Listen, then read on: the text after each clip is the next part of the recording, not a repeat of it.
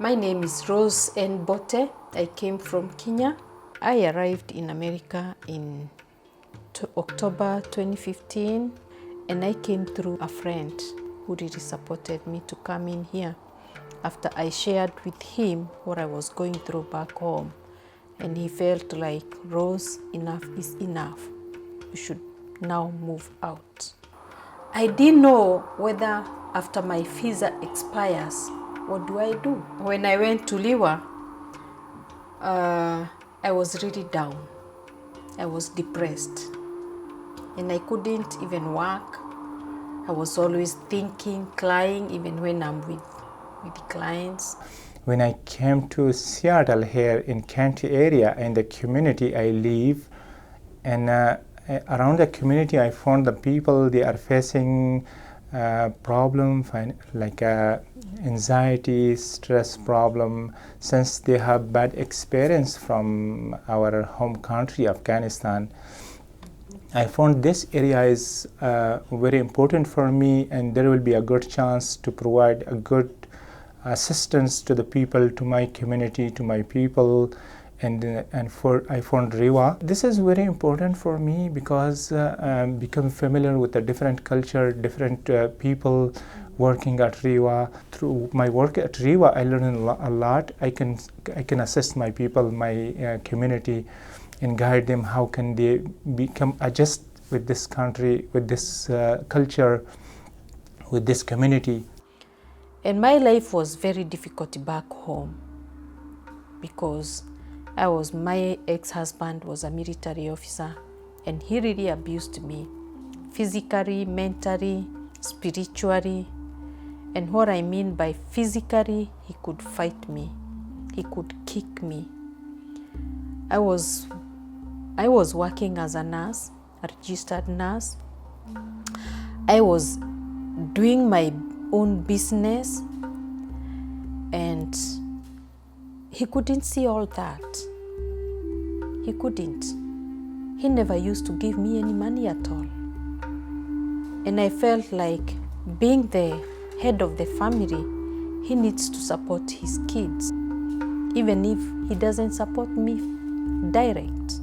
But his kids needs his attention, his kid needs his presence, and he was never there for them. And this gives them the opportunity to talk about mental health and to have services that are readily available to them within their communities and also within their languages too.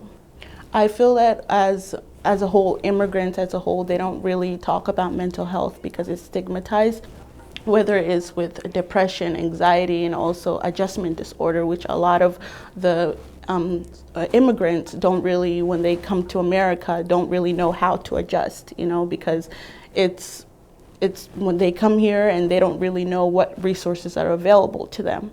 My healing started from when I visited Sima Medical Clinic, and then Sima sent me to Riwa for counseling, and I was assigned to a counselor who has really helped me to heal.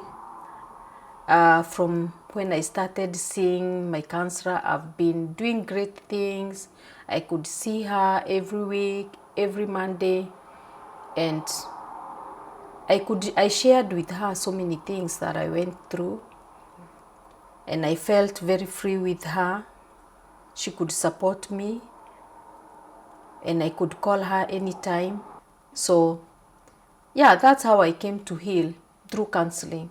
And so to have a community, to have a place for them that talks about their mental health, that gives them places where they can find housing, jobs, it's very important to have that.